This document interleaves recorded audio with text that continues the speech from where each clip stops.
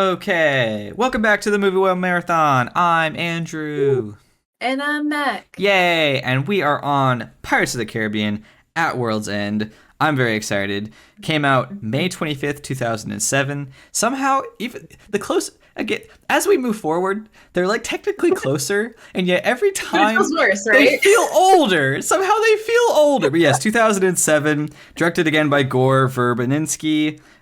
Starring, of course, pretty much all the same returning people, but I'll read them off. Johnny Depp, Yeah. Keira Knightley, Orlando Bloom, Jeffrey Rush, Keith Richards, Bill Nye, I never say his name right, Tom Hollander and Naomi So Harris, nice and Jonathan sunny, Pierce, Stellan Skarsgård.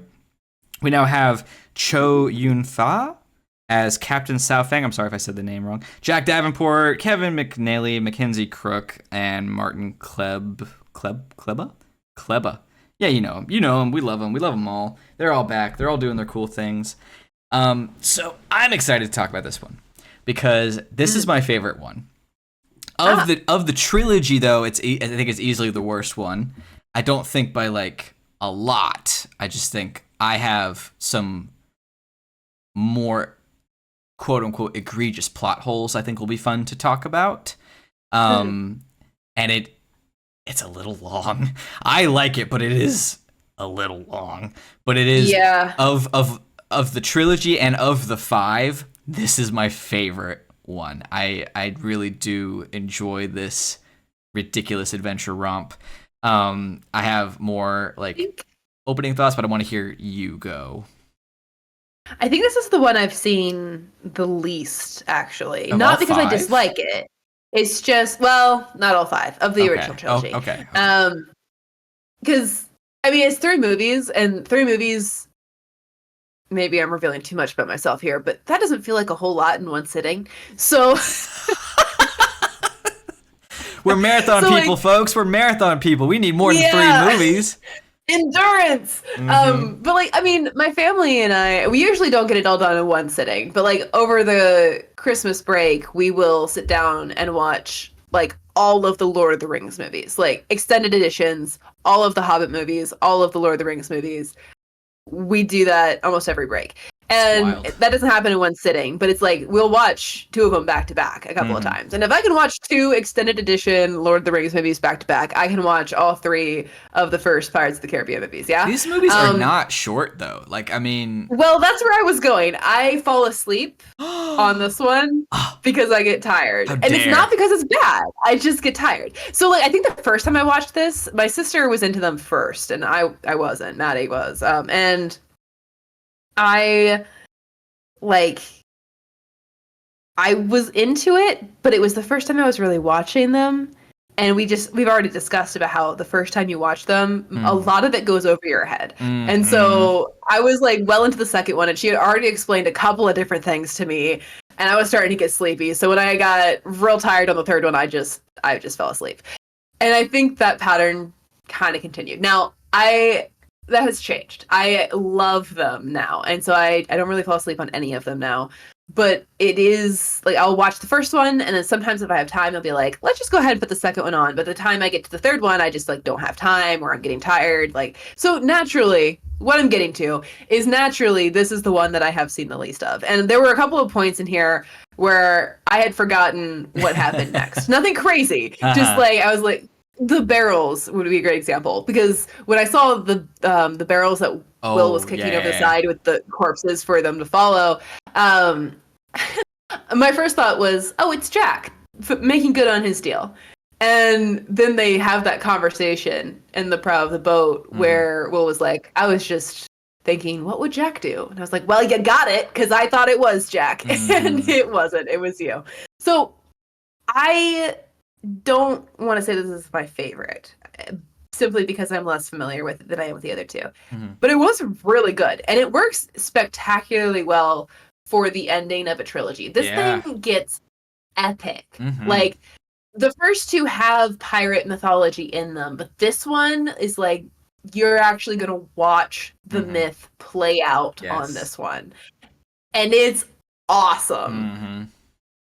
Very cool. I absolutely agree. I think the opening is way more dramatic than maybe the whole franchise deserves. Like Mm-hmm. with the pirates being hanged and the song being sung and the coin dropping through the air and just the title card being, it's so beautifully dramatic. Mm-hmm. It's It's kind of wild. menacing. Yeah, it is. The tone of this one is a little less silly to an Oh yeah. extent, and I really do appreciate it. I think it serves it well, which we'll talk about a lot 2 weeks from now.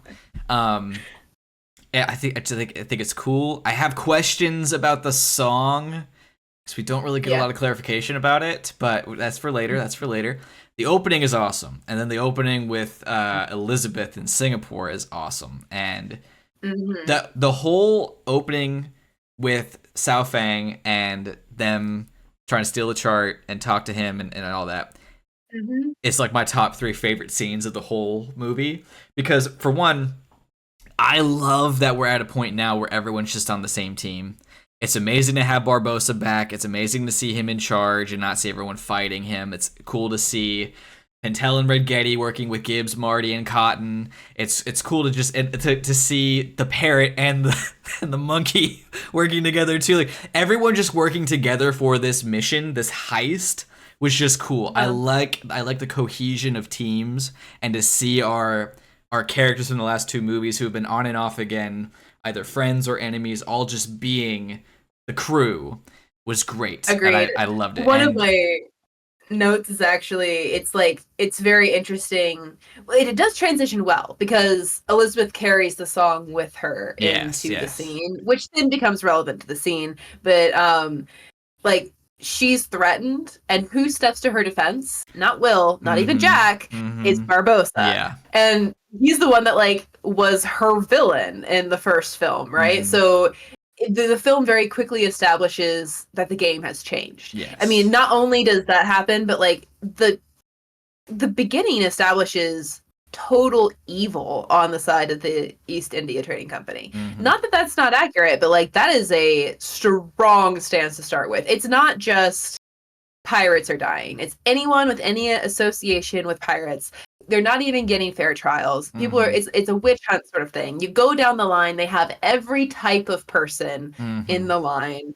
And then they get you at the end with like and a kid who they have to Yep. put on a barrel in Yep. order to hang. Mm-hmm. And like I mean, they even the reading of the law matched rhythmically with the hangings. Mm-hmm. Like they said suspended and then they would drop the people. Suspended, drop the people. It's like it's incredibly morbid, just like but it drives home the point about like legally these people have no rights and protections. And then the song starts and apparently that was his goal. So like Yeah. even this act of rebellion that you feel like is finally some sort of defiance against the odds here ends up being a part of the plan anyway. Mm-hmm. So you enter in a whole new world and a whole new realm of seriousness with this beginning. They set their tone extremely well. Yes. Absolutely. Um, I do. Since you brought it up again, I think it's a little weird. The song. Okay, that's its own point. Before I get to the point, the music in this one I think is my favorite of the three because we get the same Mm. themes but like new ones. Because the Mm-hmm. song is great, the up is down theme while they're coming back to the living world is fantastic. Like, it's great. There was another one that I can't recall now. Another really It, awesome theme. I Oh, just like don't the remember. cinematic theme of the song, I guess, was something they introduced throughout the movie, which was really cool. They give other instruments some time in Mm, this movie. Like mostly it's strings, and that creates a very classic sound for the films. Not classic, very iconic sound for the films with the but they gave that refrain, slowed it down significantly to the brass for a romantic moment between Elizabeth mm, and Will. mm-hmm. And that was really impactful. It worked incredibly well. It felt like I don't know, it was like them returning to form because that's the when they finally he's like, "Oh, you killed Jack, so what you've been feeling is guilt and not love Mm, towards him." jumping the gun a little bit, but the music communicates the fact that they're returning back to where they want to be with each other, which is kind of where they were in the first film. But it's also like softer and more mellow and almost like has aged a little bit. It's an excellent writing song choice. Sorry, Yes. you were talking. You're good. I mean, I went off my own point, which was I don't get why the song is significant. Barbosa keeps talking about the song has been sung, which means the brother in court needs to come together. Like, okay. It's not explained. There's a lot you can imply, but it's not made clear exactly how it works, because I almost interpret it as it's some sort of inherent magic within the pirate community, because that coin is ringing, and I don't understand what that is. And they're not the 9 pieces of 8. Like, the coins don't have any the coin. If the value coins, for the court. right? I didn't read the trivia for this one on IMDb. I really wanted to, but I didn't, because I knew if I did, it would take all day, and I do nothing but talk about that. So that's like for another video, just for us. So I don't know what the hell the significance of those coins is. It is not made clear in what I'm going to assume is the final theatrical cut of this movie. I'd kind of like to know, because it seems really interesting, but we do not get anything about it. They've introduced enough magic systems in this world where I wouldn't be surprised if, just because again, the magic in this world is so metaphor heavy. It's not like a magic system like bending, where you manipulate elements directly with your actions or will. And it's not like spell casting, where you have to chant a certain incantation or use certain ingredients to create magic. Although there's a little bit of that with Tia Dalma. It's more like the things that are emotionally significant or fantastic about sea travel and this time period translate into real magical elements. Like, the fact that, again, jumping the gun, but the fact that Davy Jones' locker is like this horrible, like, limbo, rather than any sort of resting place or even a direct hell. Is just sort of like you're on your own in this eternity. It speaks to the fact that Davy Jones' locker was originally a description about how awful it was to lose a loved one at sea, because you didn't even get their body back. They just like fell off the face of the earth, which then takes us to the whole, when they crossed over to the ends of the earth, they had to get lost before they could fall off the ends of the earth, because when something gets lost, you say it fell off the end of the earth. Like, there's the magic in this world is metaphorical, is built out of sayings and conceptions, and I think that's so cool. So when it comes back to the coin, that one feels a little bit more convenient than super metaphorical, but I could see how, again, if the brethren are bound in different types of magic, then maybe if a call goes out to them, it's carried in the coins, because currency is what they all have in common. I suppose. I don't know. I like how the magic works in this world for the most part. It's just, again, the coin, though, that specific thing, it's a little, I would just like, Gibbs is so full of fun little magic facts. It would have been nice for him to say something about he's the lore coin. keeper in that world. Yeah, he really is. But moving on from that, because there's so much more to talk about. I love the opening sequence. It's funny that Pentel doesn't have to wear a coconut on his head because he's bald. One of my favorite jokes of the whole franchise is, "Drop your weapons, I'll kill the man." It's like, go ahead, kill him. He's not our man. Like, I love just the nonchalance. Like, yeah, just kill him.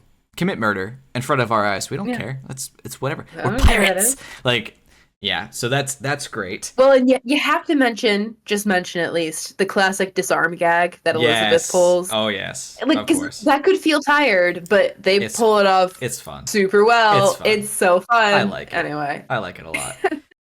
And then so the journey to the ends of the earth, very fun.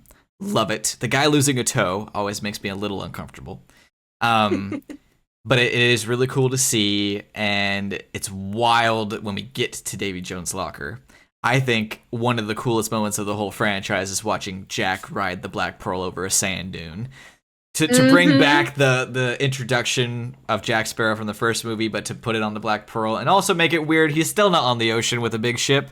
He's on a sand dune. This is Yeah. where I come into the critique though a little bit. Ah, tell me. Yes. I of this 2 hour and 50-minute movie, I think we Mm, could cut the Jack Sparrow hallucination sequence. I think mm. you could have introduced Jack in that moment. I think it would have been awesome. Mm. I think it would have been super fun and just as weird to have him roll up like that and then him acting confused and like it would have thrown us off I think a little bit more for him to see everyone and not immediately like, oh, it's so great to see you guys, but just start acting like it's normal for Will to point out that he thinks it's a hallucination, for him to snap out of it, and then they go on their now locker adventure, because like the hallucination sequence serves no purpose other than it's Johnny Depp at like peak Jack Sparrow just having fun, which is enjoyable, but it doesn't do anything like at all except illustrate, oh, Jack is crazy and now he's more crazy. We could get that later, and we do, and we don't need this sequence to illustrate it. Why I hammer this home just a little bit is because of how powerful that intro would have been if that was in fact his intro. If the intro was Jack riding the Black Pearl over a sand dune in limbo instead of his nose sniffing a peanut, I think it would have been way cooler. I don't know if I agree. Yeah, of course I you I think don't. not because I don't know. I You're right, but it would significantly change the tone of his introduction to sure sure he's a little crazy, a little bit out of it, but it would feel of victory before it felt of loss. And I think it has to feel bad before we feel like he's mastered it because he has like we have to understand that the character is suffering. Um I it does kind of take up a lot of time, and if we were going to trim some things in this movie, that would be on the chopping block in the sense of like at the very least we have to consider it. You make a good argument in terms of time. Um but I kind of like this scene. I mean, obviously a lot of it is just Johnny Depp showboating a little bit in terms of acting, and it's fun because of that. I'm not necessarily saying that's a bad thing or even inherently a good thing. It's a good performance, but it also I think like in my notes, I actually think it's a pretty solid purgatory or like madness afterlife prison scene because like you have to deal with yourself and only yourself. All you have is yourself. Mm. And the isolation is maddening. You have only a few resources, which if you've split yourself, you have to share, but again, there's nobody to actually rely on. Jack feels like he's let himself down because he feels like he's been tricked. And so like the fact that the only person he has is himself is also sort of like you have to constantly confront the person you're not crazy about at the moment. You have a ship but no water and no wind. So you have the pearl, which is the thing you've always wanted, Mm. but the thing that it's supposed to be for you, it couldn't be because you're surrounded by sand and you have no resources. Your ship is supposed to be freedom and maybe even like a path to treasure and immortality, but instead it's just you for eternity going mad on this ship stuck in the middle of the desert. He's got no water and no wind. When he gets off the boat and he starts yelling about wind, that's not just him being like, I'm too hot. That's him as a sailor being like, I have nowhere to go and no Right. way to get there. And I mean, at one point he even talks in an I am, like Mm-hmm. iambic pentameter, like my soul I do swear for a breeze. Like there's so much about the internal mind of Jack happening in this scene that I don't think it's a waste and I don't think it accomplishes nothing but performance. However, all of that you have to like do a lot of reading into I was to gonna say you've get. given it almost more credit than I wonder if it deserves. Because I think technically Yeah. because of what we've seen this franchise do, you are right, and that's probably what they Mhm. intended to show. However, I do think it's undercut by my second big critique: how quickly it is remedied. That's Yeah. probably my biggest legitimate critique is getting to the world's end ain't no thing, man. Ain't no thing. We got the And it, yeah, charts, not but hard to like do. we don't really get a lot from the charts. I would dare to say. Um I don't fully I love the charts. Look, I love the charts. The charts are cool. I like how the charts work. I like the twisty spinny thing, even though it doesn't make any sense at all. It's cool, and I love the line. It leads to more places. Like Mhm. I'm into it. I'm into the nautical mystery adventure, whatever. But um, Mhm. to get to quote unquote whatever the world's end and needing some sort of map that was made by who knows that's currently being held by a pirate lord, which we'd never heard of before, instead of just relying on Calypso, who, if I were a betting man, would say she would know where to go, what to do. Mhm. Or to Mhm. just show maybe a little bit more the charts being important. Because Mhm. they're way more important in the next movie than they are in this one. And yet these are like the map to the doorway to the other world. And Mhm. it's, from what we're shown, it's really not that hard to get there. And then getting Mhm. back, Barbosa says getting to the land of the dead's not that hard. It's getting back. Well, no, not really. If anything, it's way easier. It's just a little bit of a riddle that you had to figure out. Well, arguably, that's all the map really does in the film is provide that riddle for Jack to Yeah. solve because they don't really need it No. to get to World's End because they have to get lost before they can get to Yeah. World's They End. they go they imply they So go no like map can out be past used. Antarctica, or if it's a Yeah. flat world, then the ice wall, which is all good and Mhm. fine, but I don't really think you'd need that map to do that. And Mhm. again, I No, would you, like to like have. you arguably can't use a map to get there because you Right. have to get lost. Right. So, like if Right. you have a map to take you to a destination, you are not lost. Yeah. I It. I'd almost rather they be a map for when you get there. Like you know where to go, Mhm. but you need a map to get out kind of thing. Yeah. And adjacent to that critique is I really think this movie could have been two movies. I Mhm. think the mission to the locker should take a little longer. I think getting out of the locker should take a little longer. Now, I don't know what the third act would necessarily be. I don't know where to chop it in half. I don't think it could be chopped in half. I think the movie as it is, I like what's in it. It's all good and fun, but it's one of those times where like we're introduced to several of these things, all of which I think could benefit from a little more time, but not in a movie that's almost 3 hours long. I think we could have Mhm. more time introducing and or recruiting and or summoning the pirate lords, which again we've never heard of. I love Mhm. them. It is my second Mhm. favorite, if not favorite, sequence. The pirate lord brethren court conversation. All of it. All of it is masterful. Mistress Ching and Gentleman Jocard and the penniless Frenchmen and Sishubaji. All of them. I love them all. They're great, but like, never heard of any of you. There's a game where they're in, but like, they're so interesting, I think, and there's The there's who? more content to be explored, and they don't Mhm. do anything beyond be at this cool conversation. So I feel like this movie could have been the retrieval of Jack, and maybe they get back and they find that the song has been sung or something, and the next movie is Mhm. recruiting the Brethren Court and then fighting Beckett. I don't know. I don't necessarily want to. No, I actually think you have a good point there. I think if they had split it into two different movies, you would hear about it from people. They'd be like, "You didn't need to make that split. That's unnecessary." And the same that people complain about, like when they split Mockingjay from the Hunger Games trilogy into two movies. They're Mm, like, "You don't really need to do that."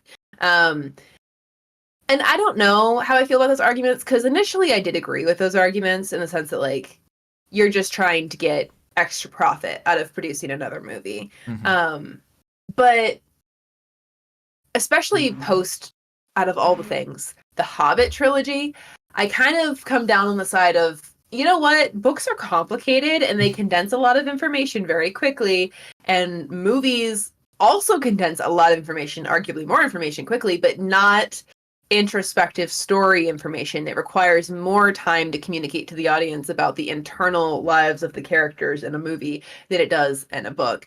So maybe you just need more time in film to convey certain things.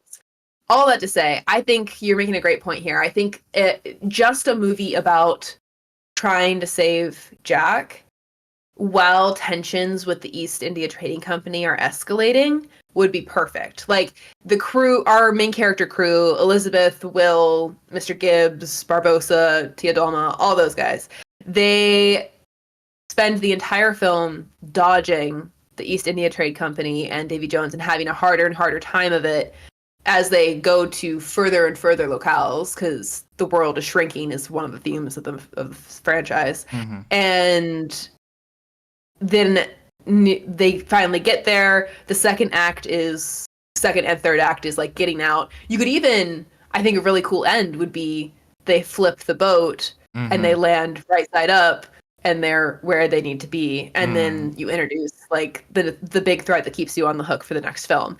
And then the next film could be all about gathering the pirate lords, convincing them to help. You could do the same sort of Calypso pull they do with Elizabeth, where she kind of pretends to be it for a second and you get some lore.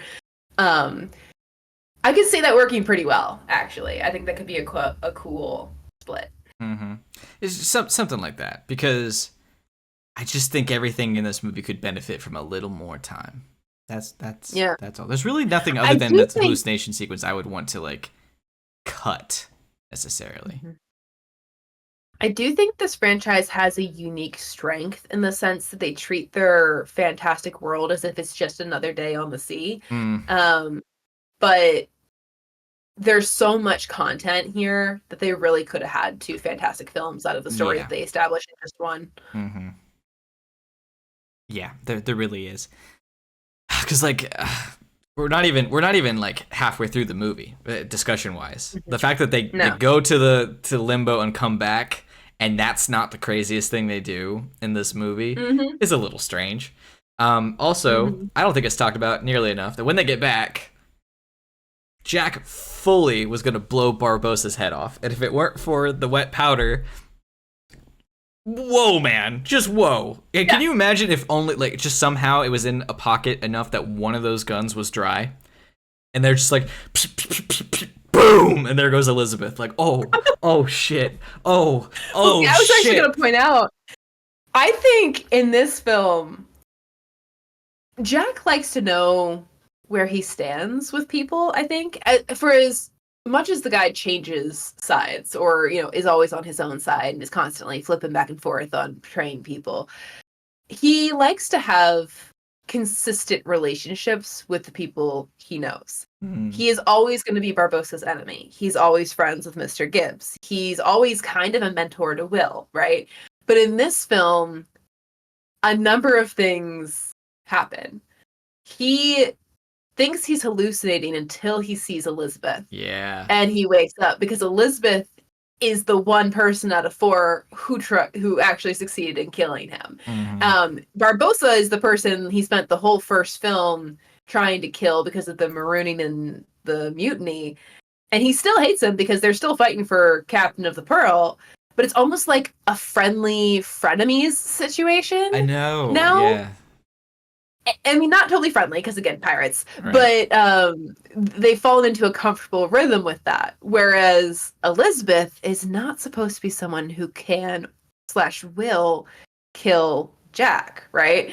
And then Will also starts like pulling Jack's moves of like just, making deals with whatever side he can. And I will note he's not great at it. They don't really work out for him as well as he would like, but he's turning traitor a little bit, right? I love the scene that jumps the gun, but I love the scene with Davy Jones, Will, and Beckett all like at tea time. I do too, for so many reasons. It's Anyway. I think it's an incredible achievement for there to be a tea party on a fancy European naval ship between a pirate and an East India Trading Company lord and a octopus-faced, crab-clawed, coral-covered pirate demigod of Eldritch sorts. sea god, Right. yeah. Walks in, and it's totally believable. It doesn't And like, phase not anyone only is in the it room, and it's yeah, just like, yeah, this is fine. But then, like, you have like one of those moments where like you wake up while awake, kind of thing, where you take a step back, you're like, this is so bizarre. This is so weird that this works. And they're also talking about how he helped them capture a god, and it's like, yeah, this is like you do. It's like, oh, what? Oh, well, it's so good.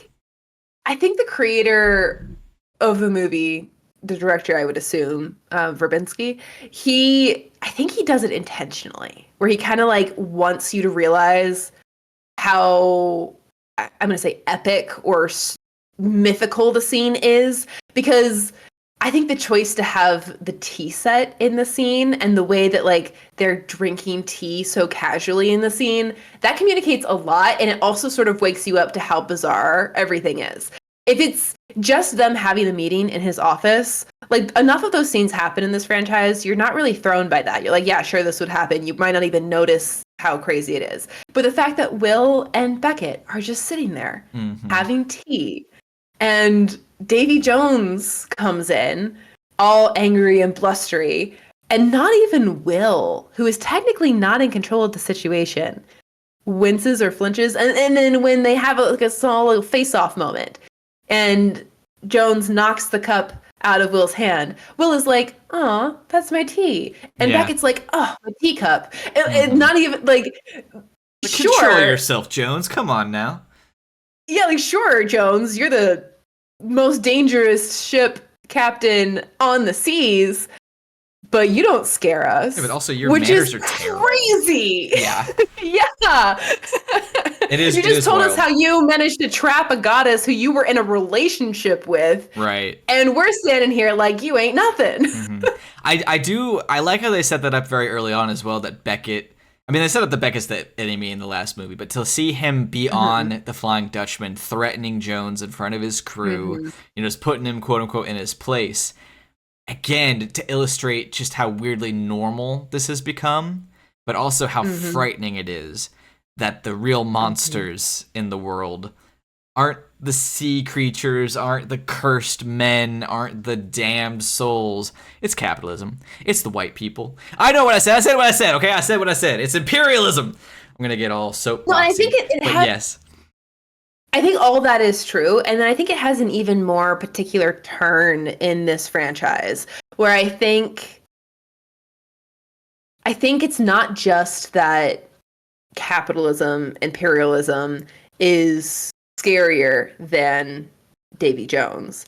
It's that it's that death and destruction at the hands of the system is worse than death and destruction at the hands of nature. Like if you get on a boat and you go out to sea, especially at this time period, and you hit a storm or a coral reef, or you just lose your way and run out of water, you die and nobody ever hears from you again. That's Davy Jones. But then the idea that the East India Trading Company would take and somehow control that power, and that's worse. We would rather go back to the lack of control and the very easy natural death scenario rather than have the East India Trading Company in control of our oceans and territories. Like that is a very particular theme and message that I think is carried consistently through these films. It's not just that we hate imperialism.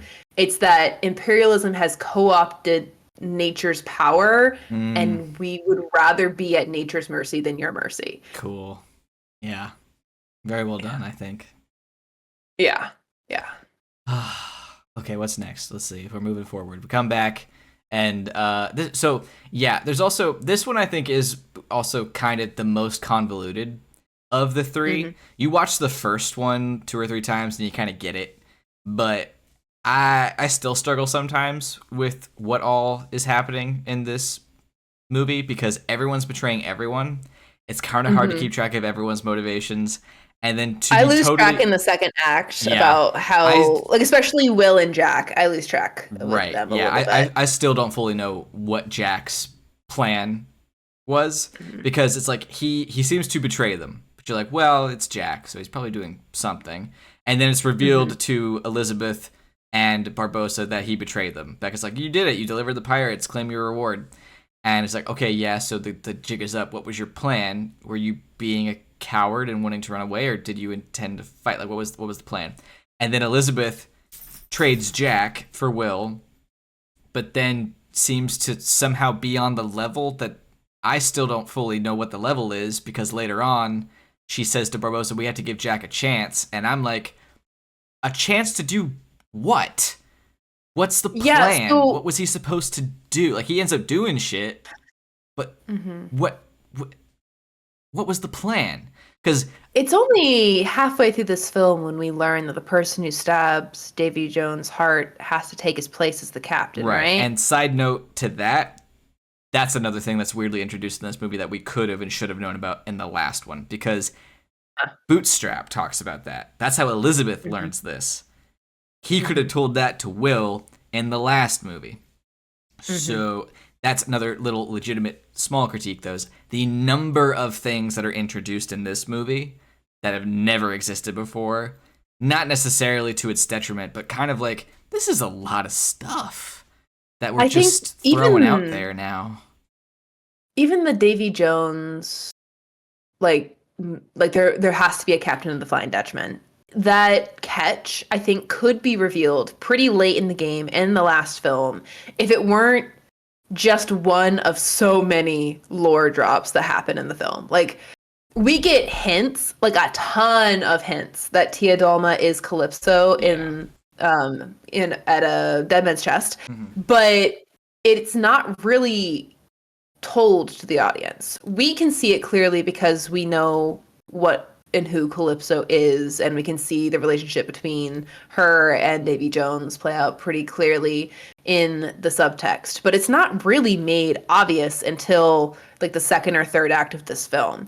Like they never actually state it or clearly imply it enough until that part. Yeah. So it's it's weird that they knew all this stuff was gonna have to happen in this film, and then they added in the whole like pirate king stuff and all that, which I Yeah. love, and I don't want them to get rid Right. of Yeah. because I think it enriches the It's world. a weird situation because I love seeing the pirate lords and learning of the pirate king and seeing the code Hmm. as brought forth by Morgan and Bartholomew. But wasn't it And said someone that who the takes the code crazy seriously, but like, why yes, is the guy who takes the code crazy seriously Jack's dad? Like, why did we need that? it's an Why excellent why why is it's this an happening? excellent question. Also, I thought the code was guidelines and Yeah. less rules because it went from the code is more like guidelines than actual rules to the code is the fucking law.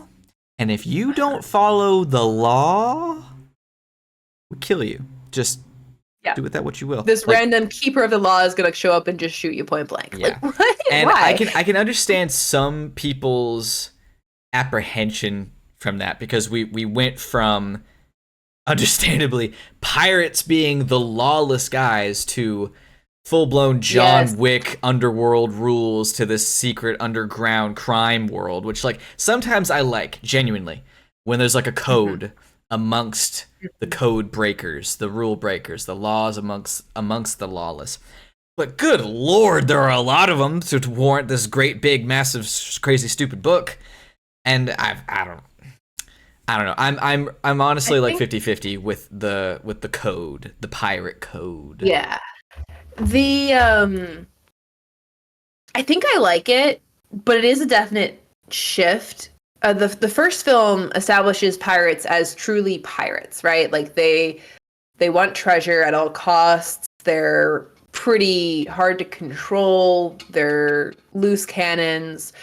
You can get some predictable behavior out of them in the sense that like the pirate will always stab you in the back to come out ahead.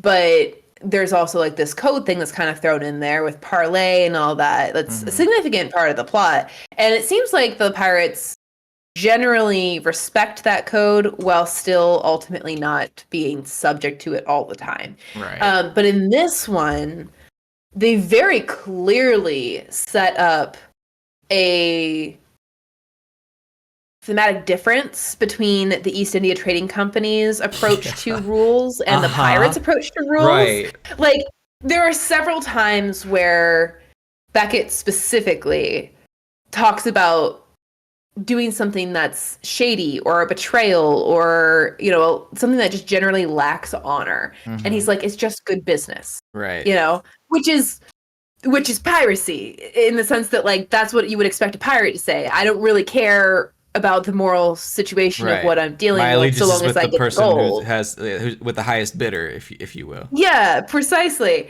But the pirate in this movie are the ones that actually hold to honor. Not perfectly and not always willingly, but the fact that the pirate code is established, the fact that the brethren come together only because they've been called by the people, the fact that it's you know, at one point, I mean, technically Jack kind of tricks Beckett into making a deal about, like, showing them the way to Shipwreck Cove, but when Beckett shows up and there's hesitation, they're waiting on something else, but they're waiting on Calypso. But the way Beckett interprets it is Jack expects us to maintain our agreement, to honor our agreement. And he's like, why would he expect that? It's just good business to not. Yeah. And so there's this very interesting, they very intentionally show the pirates to be on the side of honor and, like, dignity versus the East India Trading Company, which I think works, but you have to kind of suspend your understanding of pirates as true pirates. Like, these guys have become essentially a ragtag rebel force more than genuine historical or even contemporary pirates. So, I don't know. It's an interesting change for this film to make. I think it works thematically, again, with the whole we prefer natural consequences to the capitalism situation, but it is, you kind of have to forget they're pirates. Yeah, to an extent, for sure. And there's also a little bit of the Pirate King. How do we get the Pirate King? Well, a democratic election, of course, and not whoever's left standing after a fight to the death because they're fucking, like, they're pirates and they're voted in. I both love and think that's total bullshit. Like, I mean, please. I do think, I mean, again, that sequence is fantastic. I love the sequence. Jack is manipulating everyone in the room while also using, like, legitimate logic to get what he wants, and also what ends up being I learned what's best. 2 Latin phrases from that scene today. I still don't know what he says there when he's like, in conclusion. I have no idea what he says. Ipsa loquitur, which means the thing speaks for itself, and tabula in naufragio, which is a plank in a shipwreck. So basically he's saying the situation speaks for itself, it explains itself. Any shelter in a storm is kind of the idea, any plank in a shipwreck. So he's kind of like saying, taken all together, we know what we have to do, and what we have to do is, and he starts continuing on his plan. Yeah. But it was very interesting to have him, like, throw in a couple of It's because he's Latin smart. phrases just He's for really fun. smart. But yeah, I mean, my vocabulary expands listening to these movies. Always. Even, like, Elizabeth shows up, and what's crazy is the first time Elizabeth and Davy Jones see each other face to face is when she swings onto the ship in the final battle to try and save Will. And that's pretty wild. Davy's reaction is to call her Wait, he calls her Harridan. Does he not meet Elizabeth when the Flying Dutchman takes over Southang's ship? Not once? She's on the brig of the Flying... Do they not meet? I can't recall. Well, maybe momentarily, but it's Norrington who handles the surrender. Yeah, it's true. Point Anyway, is, sorry, yeah. like the word he uses is harridan, and I was Mm, like, what is that? And mm. apparently it's a specific word for a bossy old lady. Oh, So like damn. Okay. he was like, get off my boat, woman. And Uh-huh. she was like, I brought a sword, I'm here to kill you. I'm the king. Yeah. But that was the point that I lost there because I got excited talking about that. I do think it was a little risky with the vote thing because Elizabeth wants to fight. Jack already says he agrees with her. He introduces the vote, and because she's typically smarter than everyone else as well, I could see her voting for Jack to get what she wants. You know, it's more fun that he votes for Swan and we get that cool moment, and it's fun to see this amazing story of this little girl who was once a nerdy about pirates being the fucking pirate king and also married to the new Davy Jones. Like that's all awesome. But I Did do you think notice that Keira Knightley plays that scene so well? Elizabeth gets immediately intrigued when the laws are put on the oh table, yeah. like the big Oh book. no, She's like, yeah. oh my gosh, can I I read that? yeah, no, she's It still a was fucking amazing. nerd. It's fun. It's cool. I do love that sequence. I just thought it's a little bit risky. Could have. Yeah. I mean, for Jack, it's not risky because it could be him or it could be Swan. But yeah, whatever. Yeah, Captain Teague, Keeper of the Code, Jack's dad, played by Keith Richards, who Johnny Depp said that he used as inspiration for the Jack Sparrow persona. So that's kind of fun that they did that. And he plays a guitar because he's a music man. That's all good and fun. It is a little bizarre. It's also strange that the dog is back, who's always been the key holder for the code. The dog didn't make sense in the last film either, but Not at all. that's fine. Well, I mean, it kind of did. He was like Pentel and or Rigetti were put in the same stockade or gallows, and somehow they convinced the dog to leave with them.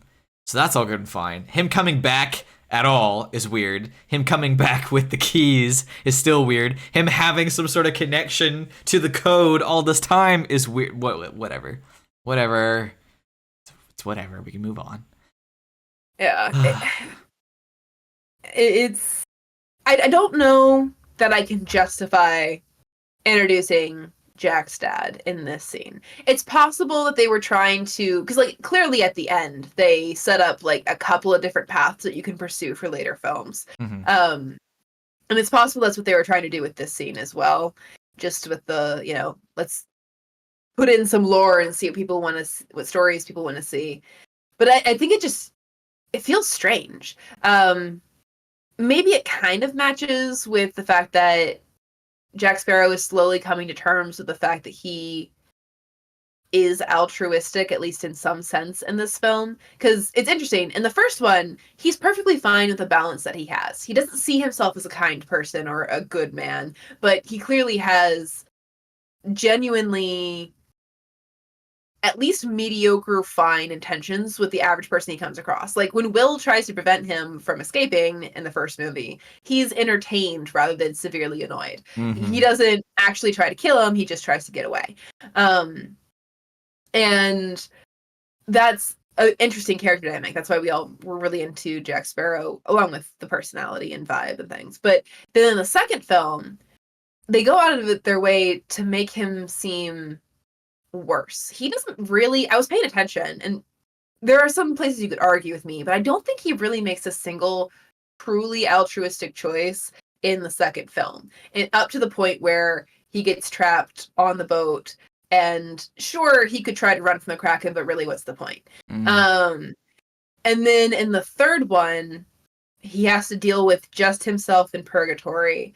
He believes the hallucinations who have come to save him are, the people who have come to save him are hallucinations because no one helps him. He feels like he's on his own. Then it turns out even the person who killed him came back to save him. And then he finds out they all had ulterior motives and he's personally offended by it. And then he has to kind of reconcile with them. Like he plays the East India Trading Company, but we know he's not really on their side. And then in the Pirate Council where it kind of all comes together, because he decides to give Elizabeth Swann, again, the person who killed him. And even in that scene, they establish the fact that he's holding a grudge because he's like, I can't believe I'm going to say this. I agree with, and they're framing Barbossa, but then he says, I agree with Captain Swan, and it changes, and everyone's like surprised, not only because of what he's saying, but because they expected him to pick a fight with Barbossa, and instead he's picking a fight with Swan. And so like, there's a lot that happens interpersonally and maybe sort of like in self-discovery, weirdly, with Jack Sparrow in this film, and maybe that's why his dad is there. But it still doesn't, I don't know. That's a lot of justification. I think his dad is there just because they wanted to include Keith Richards, and they wanted Keith Richards to have a connection to Jack Sparrow, and that's it. Great analysis and great credit given, but I think I don't think it goes much further beyond that. I try too hard sometimes. You do. We're almost out of time, so we're going to have to move through a couple of things real quick. I really love the moment where Barbossa and Jack talk about the situation of the world while looking at the dead Kraken. I think that's one of the most powerful moments of the whole movie. For Jack to be saddened because of what the implications are with the fact that this piece of the world, this mystical piece of the world, is now lost again because of the capitalistic, imperialistic overtake. Like, I love... It's the thing that killed him, too. Exactly, so, he's saddened by that. He gets such a big picture perspective in this film that he doesn't have in the other two. Yeah. Anyway. I like the line that the world's still the same, there's just less in it. I really do like that. The fight over the maelstrom between the Pearl and the Flying Dutchman. Peak trilogy climactic battle, man. The two big monster ships that we've been having fun with all this time. Cool fight. It's ridiculous up there on the mast with the swords. What is balance? But who cares? It's great fun. I love that we blast the monkey through a cannon. I laugh so hard every single time. That skipping entirely the fact that we release Calypso, which I think is an awesome sequence. It's very fun. The fun twist in the end that Jack saves Will is really cool. And I always enjoy that. But seeing his reaction to Will being stabbed by the sword he made. I know. Footnote: Norrington died. It's so cool that the sword goes from being wielded by someone from the East India Trading Company, which is where Elizabeth and Will started, like on what side they started on, and then it becomes Davy Jones's sword, and then Will becomes Davy Jones. He gets killed by it, and then he becomes Davy Jones. So it's like it's almost like the sword was tied up in the same destiny, just followed a faster path there than Will did, which is crazy story writing. Anyway, continue. I mean, I love all that. The just destroying of the Endeavor by the Dutchman and the Pearl is awesome. I almost wish always amazing. The what? The staircase scene. Oh, yes. Yeah. Absolutely. I almost wish, though, that the ship was called the Enterprise, because there was a real ship back in the day, because of what Enterprise means now, like, you know, a business, a business enterprise. Like, I mean, I know that there was probably a ship called the Endeavor, and it's not that significant, you know, but I do think it could have been cool if it was called the Enterprise. That's good fun. The secret ending is cool to see. I can't even remember his name. I'm gonna say Little Will for right now. Like that's. I just called him the Turner Kid. The Turner Kid. He's probably got some other white dude named like John or. That might have named him Jack. Well, no, that's kind of weird. They won't name him Jack.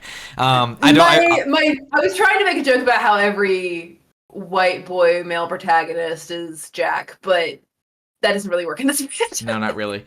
But yeah, I think that's all cool. I like the ending, except for I really don't like that they left him behind again. I'm so over this. I'm over this conflict. I'm really over it. And I understand the fun mirroring of the introduction to Jack on a little dinghy coming into port, on him on a little dinghy leaving port. And I think it's cool that he's still smart and he has the charts, and they're clearly setting up another movie, which is weird because of how well this trilogy ends. But I take legitimate issue with Cotton and Marty leaving Jack behind. Because Jack has been loyal to them from the very beginning.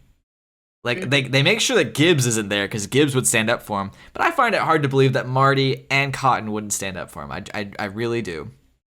That's a good point. So, and I realize that part's probably played more for laughs. But in that case, I really don't care. I don't like it. I do not like that they leave Jack behind It feels like, again. yeah, it really feels like, again, I appreciate the parallels to the beginning of the franchise, Right. but the whole thing, I mean, Jack has other motivations, but Jack's primary motivation in the first film was, I want my ship back. And Yeah. the fact that he doesn't end the I trilogy know. on the Pearl I'm is kind of I'm frustrating. so over it. I really am. And I realize there's an argument to be made that it's more Barbossa's ship than Jack's, but I don't care. We also we didn't talk about the deleted scene where Oh, Beckett yeah. and Jack talk about their past and Hmm. the fact that Jack was originally like where their dealings began. He was hired to ship people. He was part of the slave trade, and Jack refused to take part Hmm. in it. And he specifically says that people aren't cargo in this scene, and that caused Beckett to burn the ship down, and it sank. And that's where the deal with Davy Jones came from. It's 2 hours and 10 minutes. You couldn't cut the hallucination sequence to add this scene. This scene is so good and adds way more Yeah. significant lore. Oh, I take Well, issue. I take honestly, issue. if they had included that scene and then he didn't end with the pearl at the end, I mean, he got to take the pearl to limbo, but he doesn't get to Seriously. ride out this film Seriously. trilogy on the pearl. Seriously. Like, And it's I am bothered by that. I it's am. honestly going to be a franchise problem for me because depending on how you count it, the Black Pearl's not even in the next one, which is weird. Mhm. And then it doesn't come into it till like the very end for the fifth one. It's like it's weird that honestly the coolest shit that the Black Pearl gets to do is in this movie. Like Mhm. because in the other one it's mostly running away, and the first one is cursed and under Barbossa, and in this one half the time it's under three different people's command. Like, I don't know. I'm just sorry. I get attached to the Black Pearl. Anyway, I anything think else you that we want to add real quick? Oh man. I want to touch on the mythology and the romance between Davy Jones and Teodolma Oh my Calypso gosh, because yes. yeah, we didn't even really talk about that. We talked about the circumstances and the consequences of it, but like the way they play it out is so fascinating. I love the fact that it is a romance, but it's like one that they're almost kind of both begrudgingly involved in, Mm-hmm. especially Jones. He hates the fact that he's lost his heart to another person, and that's what all his magic and symbolism is wrapped up in, is like, cutting your heart out so you don't feel anymore, locking it away, all that stuff.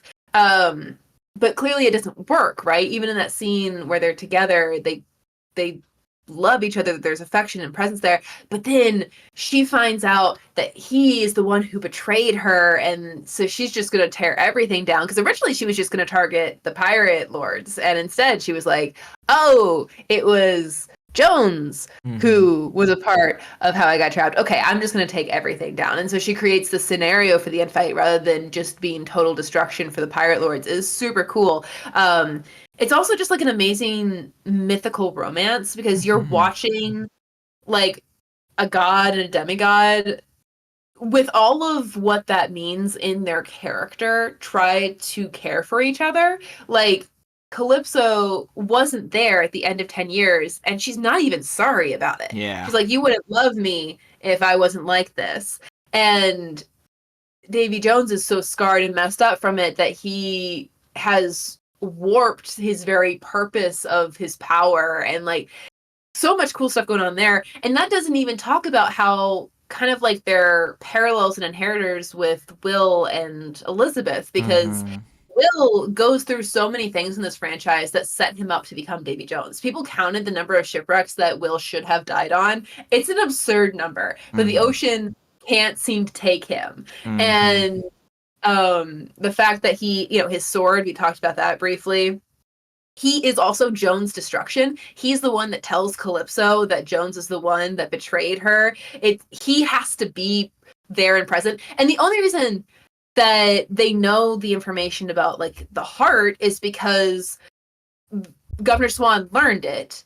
and they killed him because he learned it. But because he was killed because he learned it, he can tell it to the people who are in the underworld, who are the ones who need to hear it. Like, that sort of self-fulfilling prophecy only really happens in mythology and legend. And then when Calypso fails to be the magic solution to against this armada, what changes the game, what makes them go and fight?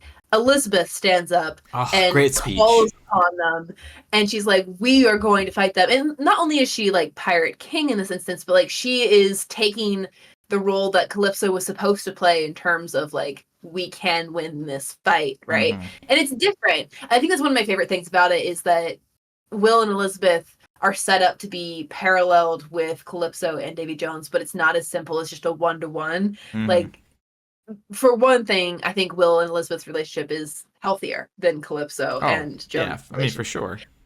Yeah, and they like the devotion they have to each other is what they prioritize rather than like, I am the sea and unchangeable. But they still like the reason Will is able to figure out that Jones loved Calypso is because he's in the same situation. He does not trust or can't really rely upon the woman that he loves, but he still chooses to love her and prioritize her, and she does that when she can in return. It's crazy the amount of detail that's going on in this film with just that, and that's all I'm going to say about it right now, because it's the best way I can kind of comprehensively cover it in a short period of time. We're probably already over, but like, it's crazy how much they do with all of that. It's so cool. Yeah, we are at our time. There's so much more to talk about, because it's a long movie, but goodness gracious, 'tis a whale. At least for me, I love it. Oh yeah, it's a lot of fun. Good stuff. A whole pod of whales. Indeed. I am excited for next week, because I think there's a good deal to talk about on both ends. So yeah. Anyone who's still here, stick around. Hear us talk about pirates for an hour. Yep. All right. Bye. Bye.